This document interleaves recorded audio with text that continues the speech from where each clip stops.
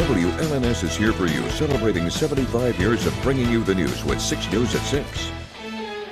A Delta Township furniture store owner says a man purposefully tried to burn his store down. It's our top story at 6. Thank you for joining us. I'm Siobhan Klepfer. Jorma will be back tonight for 6 News at 11. Now, that store owner says you can see a man in surveillance video starting a fire at the front of the Best Furniture outlet on Wednesday night. Our Taryn Simmons spoke with that owner today, who still can't believe it happened.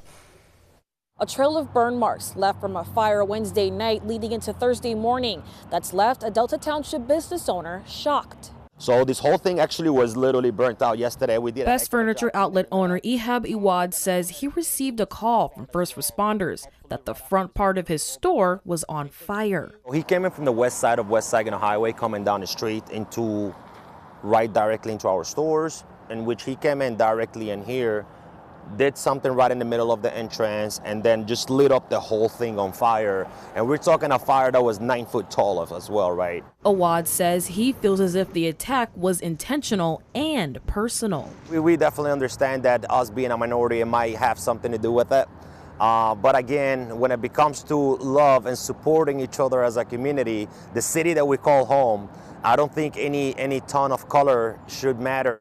Yes, sir. And Yowandi Ortiz, the general manager, agrees. I believe so. I do believe that it was definitely targeted towards what we believe here as the Best Furniture outlet. Never had this kind of incident ever before.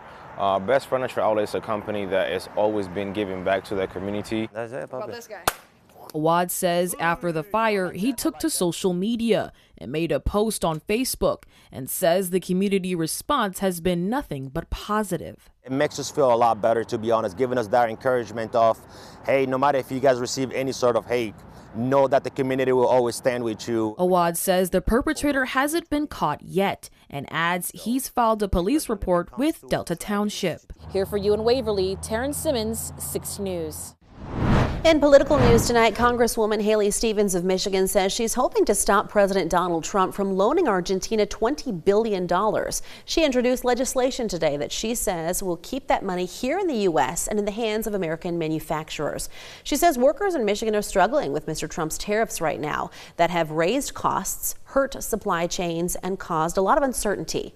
Last month, the White House authorized $20 billion for Argentina amid its economic crisis, but President Trump said it was contingent on the outcome of Argentina's elections. And speaking of the president, his overall job approval is down since October. That's according to a new Emerson College poll.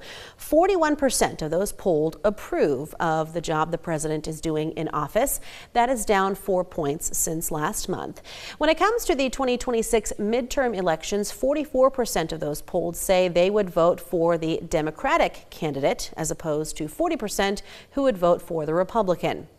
A 57% majority of those surveyed say they are more motivated to vote than usual, while 12% said they were less motivated. You can see the full poll and survey results on our website, WLNS.com. More money is being pumped into making Michigan's roads and bridges a lot smoother next year and the years to come. The State Transportation Commission approved the final version of MDOT's 5-year transportation program. It's a list of planned projects for the Trunkline Highway program, which are state-maintained roads facilities. It also includes details on public transportation, rail, and aeronautics programs. So here are some of the highlights. The plan includes more than $16 billion in total funding, more than $10 billion for rebuilding and repairing roads and bridges, $4.5 billion for public transportation, and $900 million for aeronautics, which is the practice of traveling through the air. Well, we are here for you tonight with information on a scam going around in Meridian Township. Police there say it has to do with fake emails. Police say scammers are pretending to be township officials and are asking for a wire transfer. This is a scam. Officials want to remind you, township leaders will never request wire transfers for any reason. If you get an email like this, please let the police department know. Veterans Day is next Tuesday, but the Ingham and Clinton County Department of Veterans Affairs are celebrating the men and women who served our country earlier. Our Delaney Rogers is here for you tonight in the studio with more on a day of food, fun, and appreciating Mid-Michigan veterans. Delaney. Siobhan, the celebration was hosted by the Ingham and Clinton County Departments of Veterans Affairs at the Geer Community Center, and those who served and their families were invited to enjoy one another's company, entertainment, and lunch from Saddleback Barbecue. The event not only honored veterans for their service, but promoted supportive resources in areas like signing up for disability, navigating the transition post-service, or just needing to find community. Organizers also promoted American Legions in the area and to volunteer opportunities available. Eric Calley with the VFW says that although Veterans Day is a place to honor those who served and lost their lives, veterans are staples of the community year-round and encourages anyone to volunteer.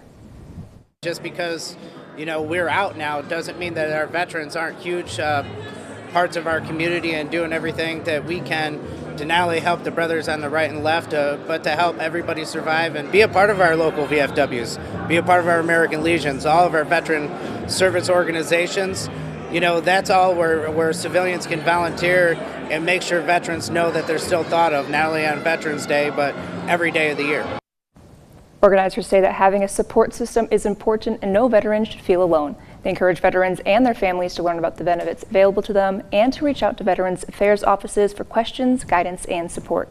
Information on how to find an American Legion can be found on our website on the Scene on 6 page. From Storm Tracker 6, this is Weather First, sponsored by Auto Owners Insurance. Simple human sense.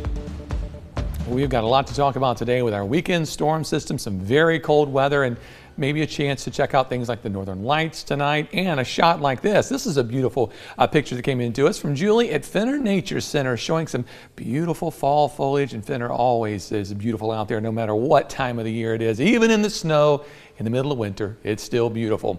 We'd love to see some snow pics this weekend or anything else weather-wise. Upload yours at WLNS.com/share.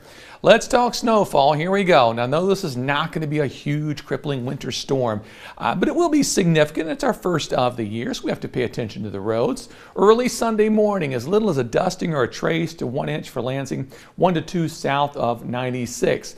Add on the snow showers during the day. Now we're talking about a 1 to 2, maybe as much as 3 inches. Once you get far enough south, there you're talking 2, 3, maybe as much as 4 inches of snow as this system's taking a little more of a southern track. The satellite and radar does show a few more showers to our west. We've added the chance for a sprinkle or quick rain shower out there tonight. So we look at precision cast. Cold front continues to move east. By tomorrow morning, we should see partly cloudy skies. As we head through the day, skies become cloudy and our storm system approaches from the west. Initially some rain, but then primarily snow through early Sunday morning. Temperatures pretty close to the freezing mark, so it's not going to be all that cold out there, but cold enough some bridges and overpasses, things like that could get slippery.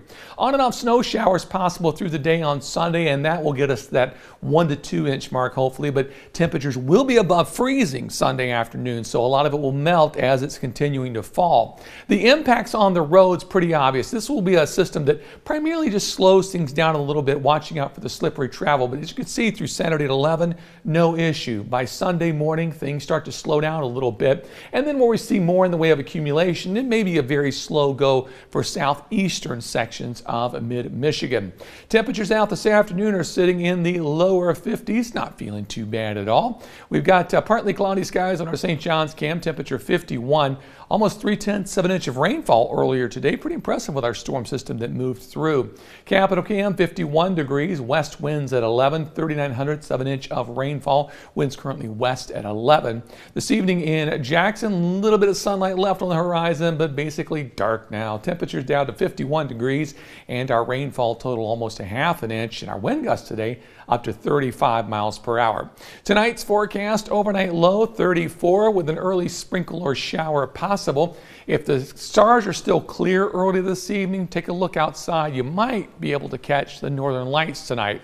Tomorrow's forecast, temperatures climb into the 40s, so it's going to be much cooler. Lots of clouds around, especially the second half of the day.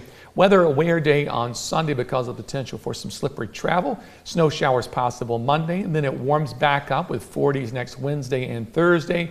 And next weekend's system looks like primarily rain, as we just don't quite have enough cold air in place. Okay, so just a little taste of the wintry weather, and then, you know, get a little break. Just to kind of wet your whistle, get you ready for the winter and things upcoming. Okay, I guess that's appreciated. Sure. Thanks, David. Thanksgiving is almost here, but 6 News is kicking off another holiday tradition this year, and we need your help. We're talking about Remarkable Women, an opportunity to recognize the women of Mid-Michigan who make a difference for their families and for the community. So head to WLNS.com and look for the Remarkable Women icon. Click on it and then tell us all about the remarkable woman in your life. We will pick several women and profile them in March, which is Women's History Month. You have until December 19th to nominate someone. Coming up, local students will march in New York City's Veterans Day Parade. You're going to meet some of them and hear more about this special opportunity when 6 News at 6 returns.